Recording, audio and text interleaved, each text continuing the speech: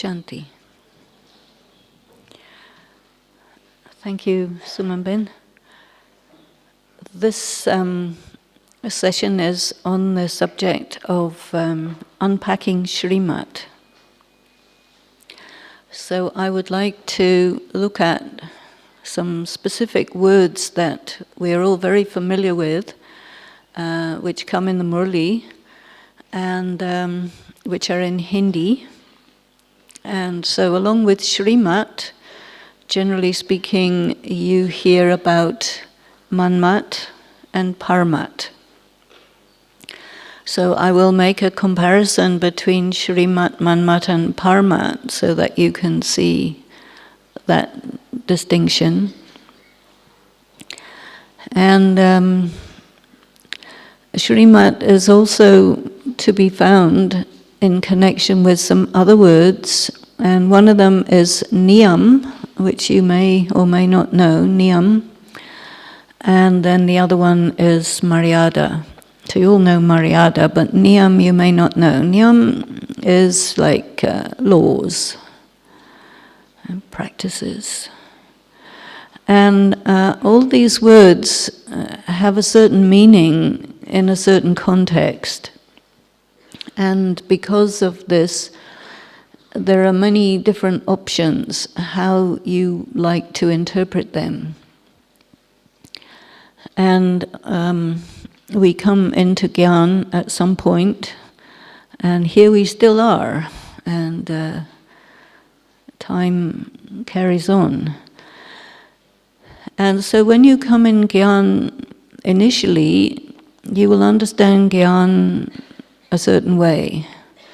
And then after a while, you will understand it a different way. And then after another while, you will understand it another different way. And so it goes until finally you leave your body having understood it some other way. And that what that means is that there is a process of development in us individually and collectively. And we may not all develop at the same speed, but there is some kind of a track that we tend to go along, which is discernible, and so it allows us to have a look at, okay, where am I on this track? It's not always in terms of how many years have I been in Gyan, or whether I've been in Gyan in the context of living in a center, or attending a center, or participating in programs, or being a quote-unquote cooperative soul. There's lots of different formats for all of us.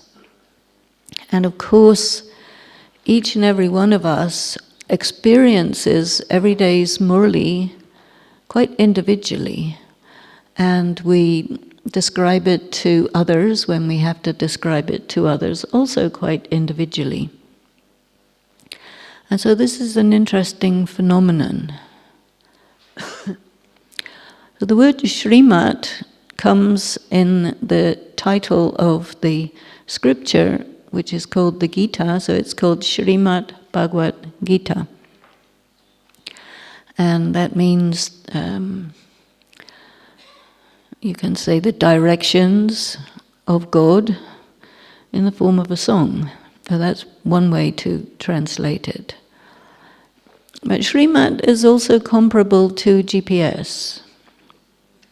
And so it tells you, go this way, and if you do, then it gives you the next way, and if you don't, it'll make you go around until you get on track, and then it'll get you to arrive at the destination. And many, many people interpret the word Shrimat pretty much the same as you would follow the GPS, which is the general purpose satellite, when you want to go from A to B and arrive at some destination. In the old days we used to use maps, and now we use these different programs for arriving at where we want to go. And I think when we first come in Gyan, it is said to us, well, where you want to go is two places. One of them is mukti, which is liberation, and the other one is mukti, jivan mukti, which is liberation in life. So you have some directions for going to mukti and then other directions for going to jivan mukti. Then you have another couple of words which is similar to mukti and jivan mukti, which you find in the Murli. One of them is gati and one of them is sadgati. So gati means the destination and sadgati means the right destination. And generally speaking, you will find the word sadgati translated as salvation. But salvation may or may not be what we do here, because to me salvation is a concept to be found in Christianity, but not necessarily in BK. But since many of the BKs have a background in Christianity, you might be more familiar with the idea of salvation as opposed to ending up at the right destination. But anyway, there are two sets of people who give directions. And so in the Shrimat Bhagavad Gita, all of these words are said to come from God. And so God speaks.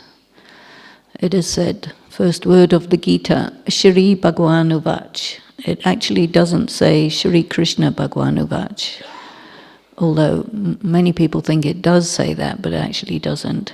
It says Shri Bhagwan Uvach. And the word Krishna can be somebody's name, as in the first prince of the Golden Age, who, as we all have heard many times, he does not speak the knowledge of the Gita, but he is the result of the Gita.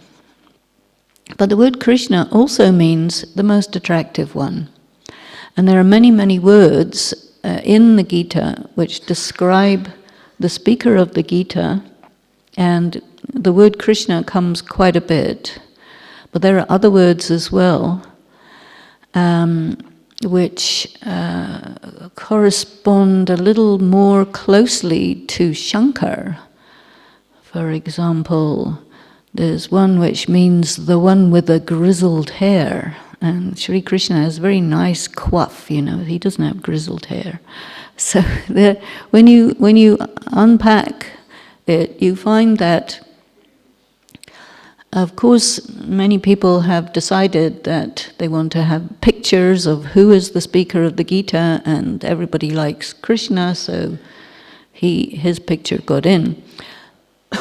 But if you look at it as it really is, you may or may not want to put his picture, because there are also many, many statements in the Gita which describe the incorporeal, and which corresponds exactly to how we in Brahma Kumaris know Shiv Baba to be, the incorporeal Supreme Soul, who speaks through the chariot of Arjuna.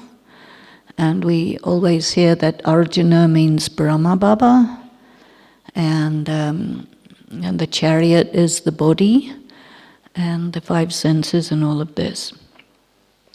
So, in the conventional Gita, you will see, if you look at it very carefully, and look at the words, whatever are in there in the Sanskrit, and look at the different alternative ways that they could be translated, you will find, or at least I have found, that it corresponds extremely closely to Gyan in some chapters, but there are other chapters where it doesn't correspond at all. And what you can understand from that is that the entire Gita is written by a number of different people who all had different ideas about what is what. And when you have Gyan, you're in a wonderful position to make a comparison between what Bhava says and what is written, not just only in the Gita, but in many other religious scriptures.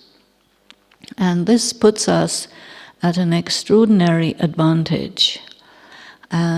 So we find that there is a possibility of studying this material very, very deeply, which is very inspiring. And it's so deep and so subtle that actually you really can never get bored. And this is why we carry on studying year after year, decade after decade. So I decided that it would be interesting for me to try to write about the Gita. So I started doing that, and then I found that it's so vast that I need to restrict myself to a particular area because it's too big and it would take too long, and that's not practical. So I thought, okay, the second chapter of the Gita is the one that corresponds very, very well to Gyan. And so I am limiting myself to that. And the second chapter of the Gita is where Krishna, incorporeal God, is in the chariot talking to Arjuna, who has actually got out of the chariot, thrown down his weapons, and said, I will not fight because it's not moral. And now, if you go to the word parmat, in comparison with Shrimat, the word parmat, then you also have another word which is manmat. And generally speaking, the translation that we're familiar with is parmat is other people's directions, and manmat is the dictates of your own mind. And there are also other ways that you can interpret these two words, which I actually prefer. So parmat corresponds to the ideas of people, and manmat corresponds to an individual's internalization of what they have learned since childhood, and then they become purveyors of parmat, so that this parmat and manmat is essentially exactly the same thing. There's no difference. But the interesting difference is that Shrimat comes from the incorporeal Supreme Soul, who is not remotely moralistic. And then Parmat and Manmat come from people who are moralistic. Because what happens in a person who grows up, gets married, has a family, has children, is they then feel obliged to educate their children according to the culture and belief system that they themselves grew up in, and then that culture is perpetuated. So all that is Parmat and Manmat, and it goes on for thousands of years. And then Shiv Baba comes along and says, well, I don't think so. You don't have it right at all. Let me give you a few ideas.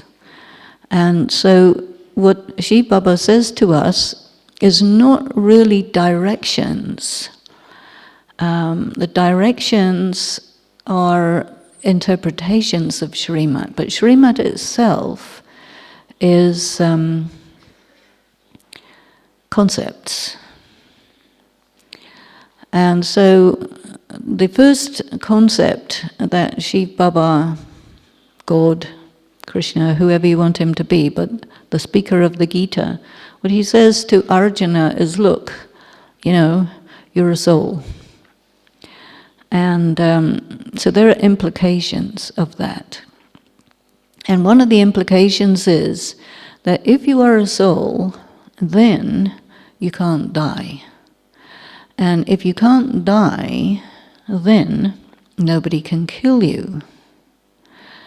Then there was an extrapolation, which to me is a bit of Parmat coming into it, which creates a lot of problems in working with the Gita. But I find it quite interesting because it raises the question of karma philosophy, and the Gita is mostly about karma philosophy. Are you following me okay? Is this all right?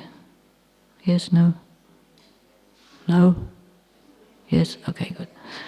Sometimes I get a bit too complicated.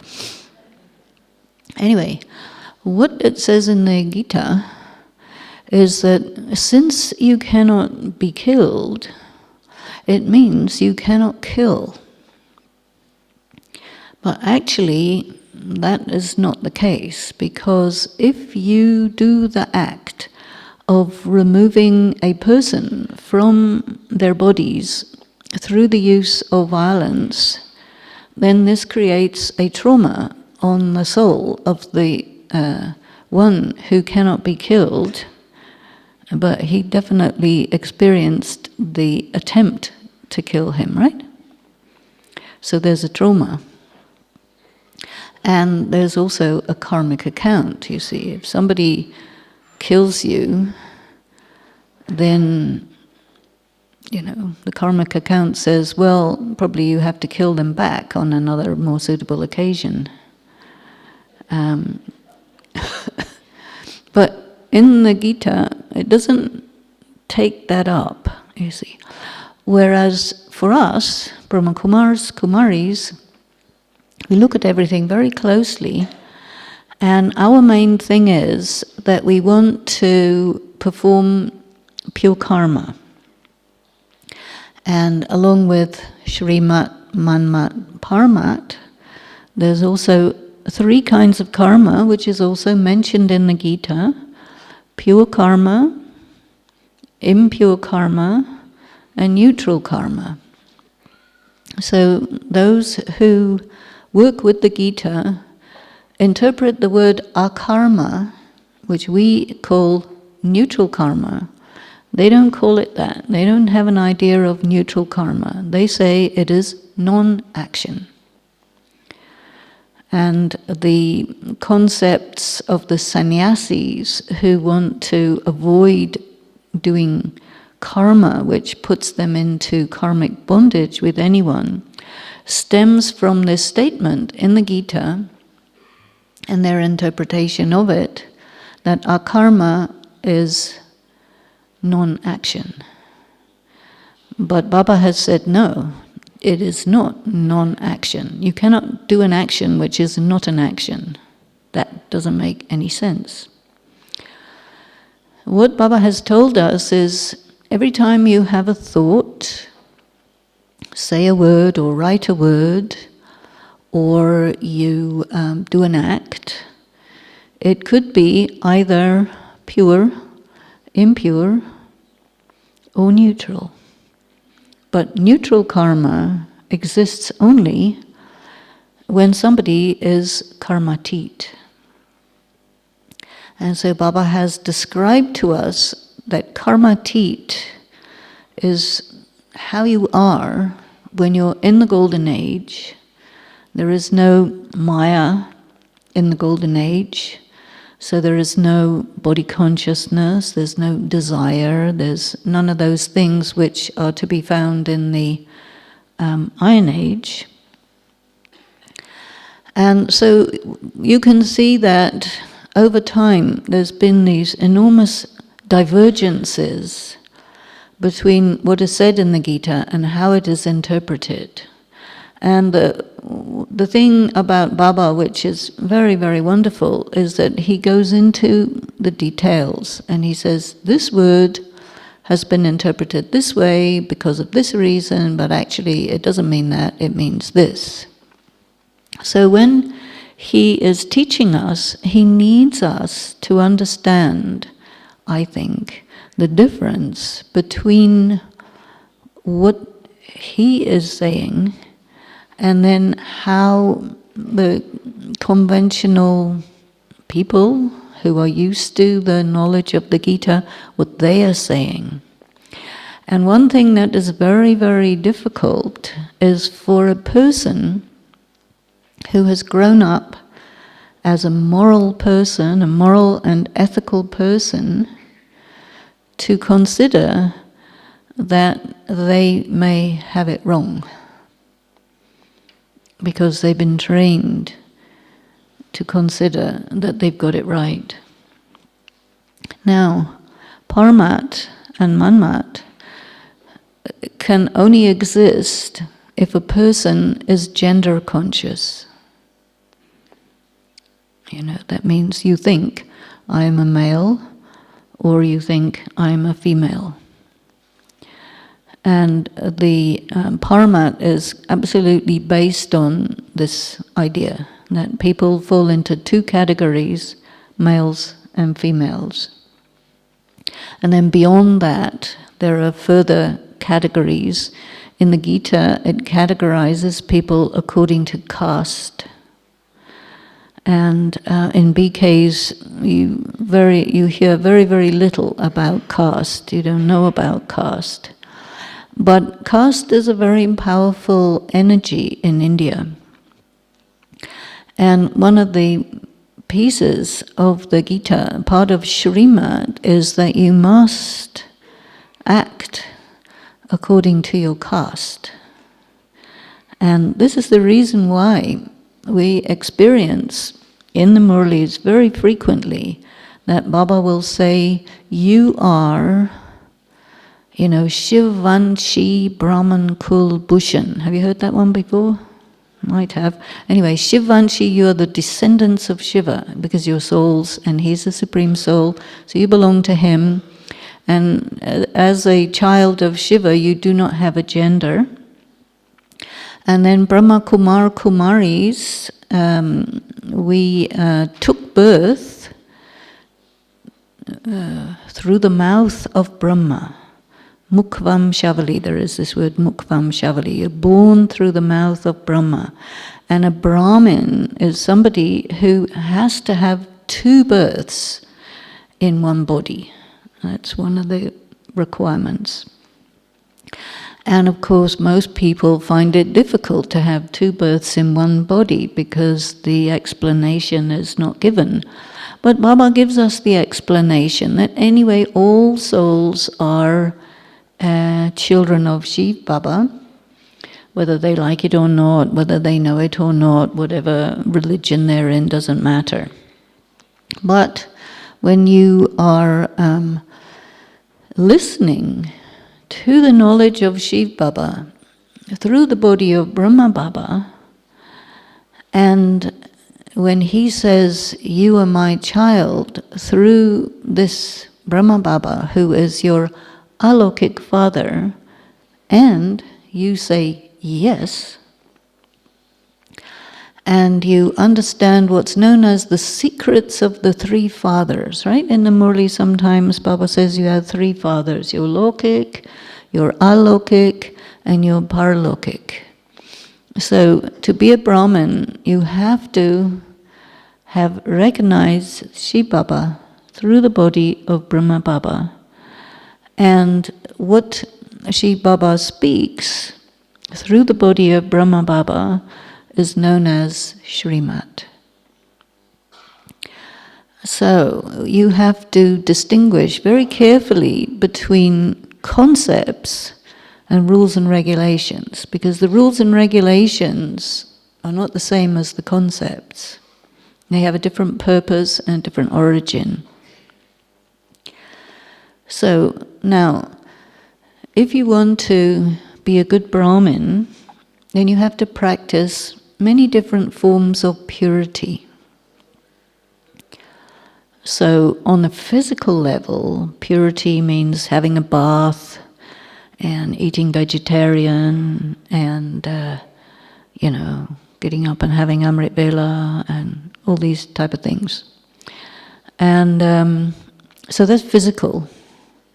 And then there are more and more subtle characteristics of a Brahmin, characteristics of purity. And so we have this word in Gyan, which sometimes you hear in the Murli, Brahmachari. So Brahmachari, generally speaking, is called celibacy.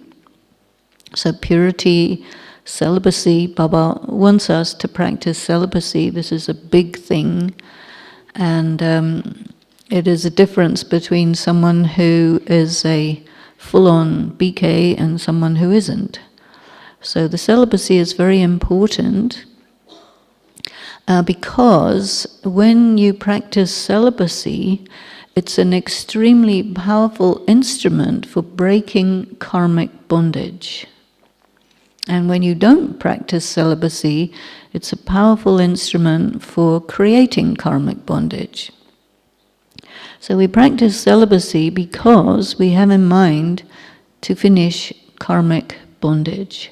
So you have karmic accounts, you have karmic bondage, and then you have another thing which is called karma Sambandh. So you have karma bandhan, karmic bondage, you have karma Sambandh. So karma Sambandh is where you are in relationship of interaction with someone, but the quality of your karma is such that you remain independent of bondage.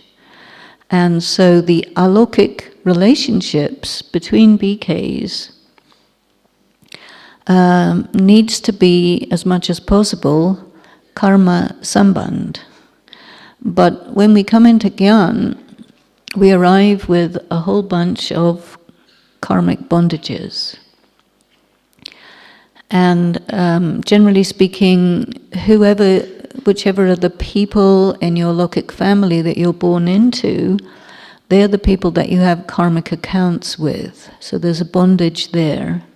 And they also have their mat, which is their culture and the way they want you to function as a moral, upright person. And they train you in that way. And everything is fine until you meet Shiv Baba, who says, I think we'll do it differently. And then you say, oops, how do I handle this one? And we work it out. So we also, because Baba has told us, one of Shrimat, one part of Shrimat is not only are you a soul, but you reincarnate. And you reincarnate 84 times maximum in a cycle. And the people who are expected to become Brahmins in the confluence age also are expected to have had around about 84 births. And so when we hear about the cycle, we have 84 births, with 8 in the Golden Age, and 12 in the Silver Age, and 21 in the Copper Age, and 42 in the Iron Age. And we also know that you have had 42 female births and 42 male births. So you cannot really say whether you are a male or a female. And because of that, you have ammunition for taking down the concept of being either a male or a female. And it's quite difficult to look at yourself in the mirror and say, whatever I see in the mirror, that's not what I am. Even though you say it many times. But for it to go from being a nice idea to a real reality is a very, very deep thing, because to undo gender consciousness takes a complete lifetime.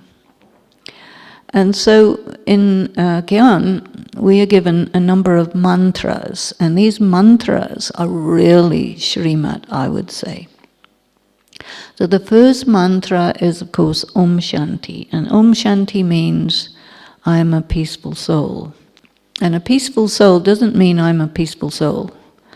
It has other meanings also. Shanti means peaceful, no doubt, and what you think peaceful is will vary from person to person. Shanti also means silent. So that means The soul, when it's not in action, is not thinking, not speaking, and not doing anything. It's just still. So Shanti also means still. So you're still, you're silent, you're peaceful. That is Shanti. And the practice of Raj Yoga involves thinking the thought to disconnect the self from the consciousness of the body and from activity through the body, which creates the consciousness of the body. So the first Shrimat is really the suggestion. Mat means actually advice. So we are advised to think of ourselves as still and to try to hold that still state and then come into action through the body. And the actions through the body are good karma if your consciousness is that not only am I a peaceful soul, but I'm also a pure soul, a powerful soul, a loving soul, and a blissful soul. So, to hold oneself independent of the body in the experience of being pure, peaceful, powerful, loveful, and blissful is a very subtle kind of practice, but that's the first mantra. And so we try that over many, many decades, and we get it a little bit. But it's deep. You can understand how deep it is because, in our meditation we have lots of lights and music and all kinds of stuff which pulls us into the body. But then if you don't have it, then on the inside of your mind you have all kinds of other things that pull you into the body. So it was thought that you can associate your bodiless stage with red light, with little points. And a point is a very good image because a point does not have any length or breadth or depth. So it's non-physical, and it's a very, very good thing to focus on when you want to develop the thought that I am non-physical, and try to separate from the body and hold yourself in that consciousness, then come into action. Now the other thing that Bhava has said is you're all souls, no doubt, but you're all depleted, spiritually depleted, because you've had 84 births, and just for the soul to come into action through the body, whether it's good or bad or whatever, any kind of karma will use up the energy of the soul, and especially body-conscious karma will use it up very, very quickly. So the second mantra is Man-mana Bhav. So Man-mana Bhav means that tune your mind to Shiv Baba's mind. And so we need to know who is this, who is Shiv Baba.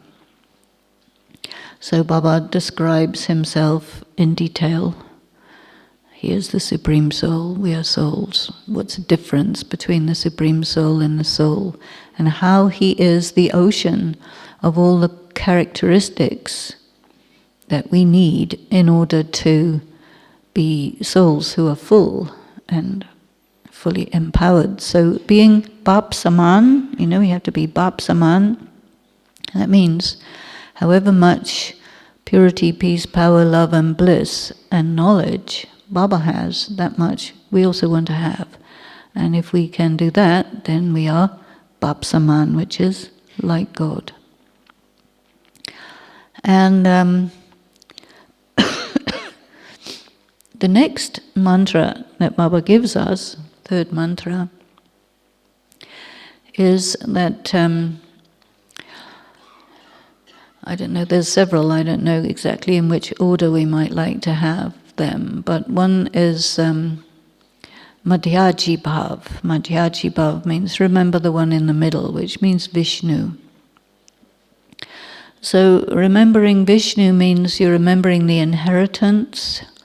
You are remembering that you are an androgynous person, so you have to make sure that you become androgynous. That means both male and female, or neither male nor female, but whatever it is perfectly balanced. After all, you've had 42 male births and 42 female births, so you need to have it balanced, and then you can do one or the other according to time. But Vishnu means that you've got the 4 ornaments, and so the Sudarshan Chakra. Sudarshan Chakra means that all the events of the drama, all the way from absolutely Sato Pradhan to absolutely Tamo Pradhan, you have done them. You have experienced them. And when you spin this knowledge, Sudarshan Chakra, it means that your relationship with good and evil is absolutely neutral. Contrary to the regular human beings who will tell you it's a good idea to be good and a bad idea to be bad. And then Bhava has said your greatest problem is you're caught up in right and wrong. Because then you can't actually get on with following Shrimat. Because following Shrimat means you are equal in the face of good and bad. And in the 2nd chapter of the Gita, it talks about keeping this state of equilibrium. Excuse me. So that is Vishnu. And then he's got conch shell. And the conch shell refers to words. So that means that you have to speak the truth. And if you speak the truth and it upsets somebody, then it's not the truth anymore. So you have to find out how to speak the truth in such a way that it penetrates someone's mind, turns them into a different direction, and they're comfortable with it. That's tricky, very tricky. Truth also means that you must not say anything or think anything or do anything that's against your conscience. And most people do it regularly, even as BKs, because it's very difficult to follow the voice of conscience. It's expensive as anything. Because you might lose face, because you might not look good, because many things are there. So it's a very subtle kind of effort. Then you have the lotus flower, you know. This is Shrimat, live your life as a lotus. So living life as a lotus means that you are, in the world, but not of the world. So there you are with all your people at work and at home and this and that. And your karma has to be so precise that you're doing pure karma, you're not upsetting anyone, they respect you for what you are and who you are, and you're creating this detached state. And I like a certain expression which I'm working with at the moment, which is we have to have infinite patience, absolute love, and complete detachment. And so then I think if we do that, moment by moment, we have a good chance of following the Shrimat that says, live your life like a lotus. And then the 4th ornament that Vishnu has is the mace, you see. And many BKs think that, we can't use that because it's violence. But it's one of the weapons, it's one of the ornaments. It means one needs to know what it is and how to use it. So you have to think about it, what it is. And it's basically the power to destroy something which is not good for you. And one way that you can interpret it is that there are a lot of people who try and bring you under their influence. Have you experienced that? They try and influence you to believe this way, or do that way, or think this way.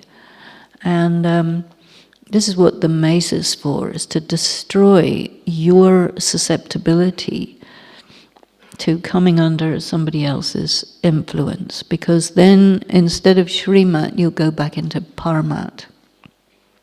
Then you'll go into negative karma, then you'll go into karmic bondage, and then you have to start all over again to get free from karmic bondage. So your mace is a really important piece of equipment.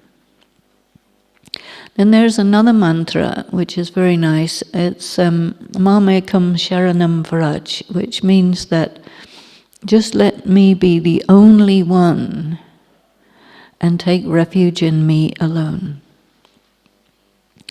And what happens in life is there are many people who will present themselves as your protectors, and you have to be with us and not with them, you know. And what Bhava is saying is, be with me, and because I am really reliable. And these other people, if you put your vote with them, they may fail you, they may betray you, they may not be what they present themselves as, and then you're in not so good of a situation. And so Bhava talks to us about cultivating all relationships with one alone. And that's pretty tricky, because many people are raised in dysfunctional families. Some people, they don't identify themselves in terms of relationships. In Asia, everybody identifies themselves in terms of relationships, so that fits quite well. But in the Western world, people tend to be more individual, and so the idea of cultivating all relationships with one, you have to think about it a lot more deeply, because it doesn't come naturally. So that you have to think about. So all these things are Shrimat, you see. And then you see you've got Maryadas. And Maryadas are boundaries. And when we first come in Gyan, we are given all sorts of details about you have to do this and you can't do that, and eat like this and don't eat like that, and this is how you have to have a bath, and this is how you have to dress, and this is the hairstyle you should have, and blah, blah, blah. It's all very superficial. But it's necessary in the early days. Just like when a child is being raised by their parents, they're raised according to how that culture is. And Bhava has talked to us about Brahmin culture, and we're still trying to figure out what he means by that. And it's very subtle. But Maryadas, I think that as time goes by, it's really about how you decide where to draw the line. And this then becomes individual. What lines will you not cross?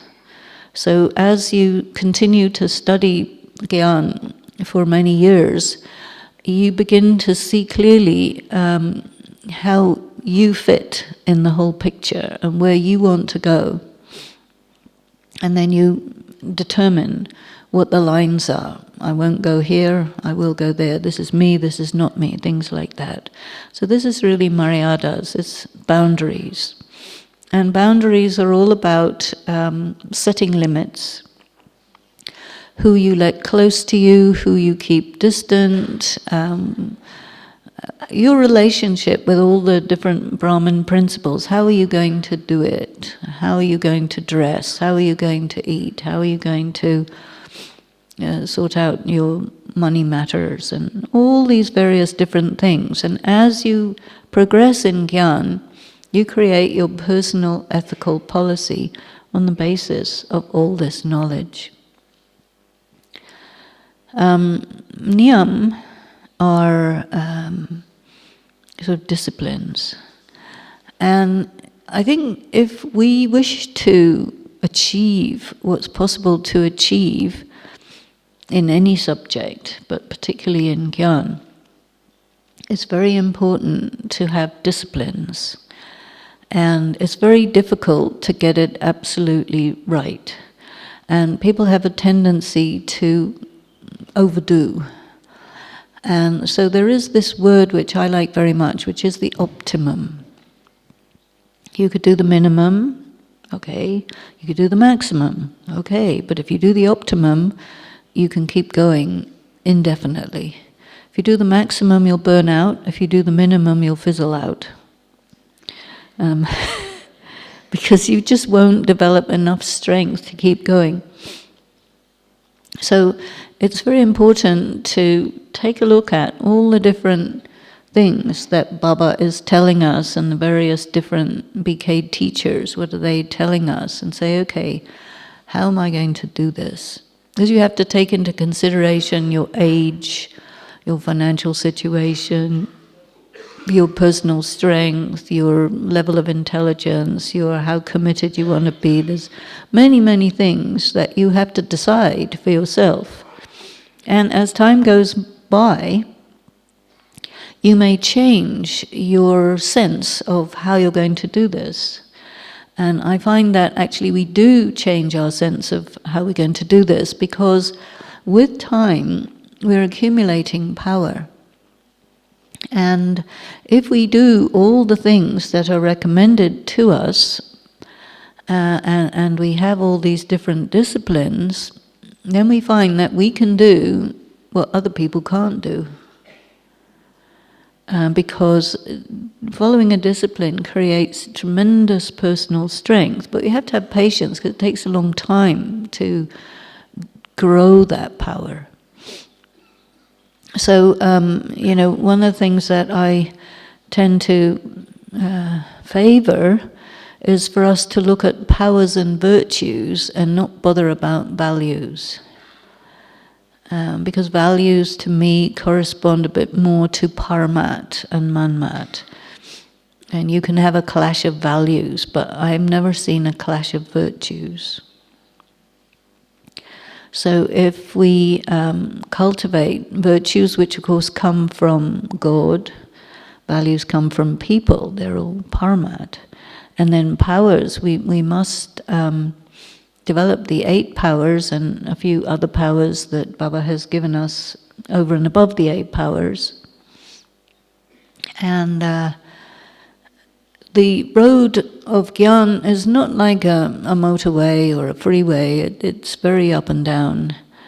And in order for us to be in there for the long haul, it's a good idea to decide, what's the most important thing, and do that. Because it's not realistic to try and do everything all the time. You won't make it. But you have to decide, I will do this is important. I will do this is important. And then again and again ask yourself, why am I here? Because it's easy for us to get distracted. We want to be famous. We want to be looking good. We want to be on stage. We don't want to be in the audience. If we could be on stage, it's somehow better, somehow, whatever. But you have to decide to what extent you want to be a target. Because if you want those things, you're a target. And to what extent you want to get on with life, undisturbed. Because that's also a good option. Ask yourself this question very, very deeply. What do you want? What are your priorities? What's the most important thing out of all the things that Bhava has said? And then list it for yourself in order of importance.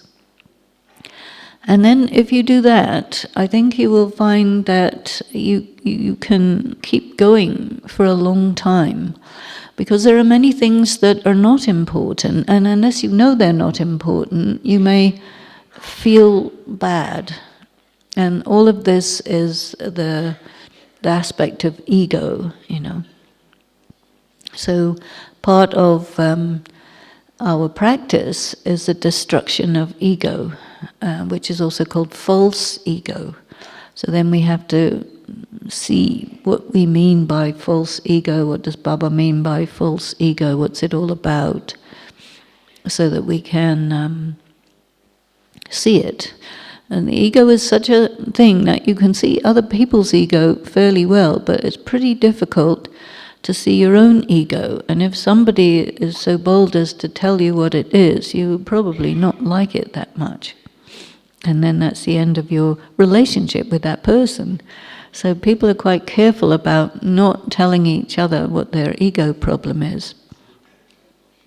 But definitely, wherever there is a karmic account, you also get often the ego clash. And this is all to do with the false sense of security or the false sense of identity. And so the Shrimat is also telling us all the time, you know, try to discriminate the things that you consider important. Are they really important? Or are they just pretending to be important? Because one of the powers is the power of discernment or discrimination, which means that we should not be deceived. And it's very, very easy to get deceived. So you can see that we go along on this road, starting off relatively gross, and as time goes by, it becomes more and more subtle. And it's not at all bad to, you know, throw the whole thing in the dustbin and start again with what you think this is. And you find that a lot of it, yes, but then some of it, no. You know, your standards change, your sense of right and wrong changes, your sense of what's important changes, your priorities change. And this is how we slowly become more and more mature, because this practice is a lifetime. And at the end of our life, we will die. And that means that we will, you know, leave this body. Sometimes I compare it to the very old kind of television sets which you used to get in the 1950s. When you turn off the TV in those days, it would create a little white dot, and then it would disappear. So I thought, yeah, that's good. We go and become a little white dot, and then we disappear. Because you cannot experience the soul world because you don't have a body. You can't have any experience without a body. So in advance of going there, we process the ideas, and then we take it into ourselves progressively deeply. We think about it, we ponder on it, we cogitate on it. All of this is meditation. And slowly it moves from being a nice idea, an intellectual concept, and slowly it becomes what you are. And then the inside and the outside, the mind and the intellect, it all becomes one thing. And I think this is really what we're looking for. So this is how I think of Shrimat. So thank you. Om Shanti. So we'll have half an hour meditation. And I'll do a commentary for a few minutes, and then the rest of the time we'll just be in silence, because it'd be nice if you take up one or two points from this last hour and go into it, what it feels like, what it means to you as you practice. Om Shanti.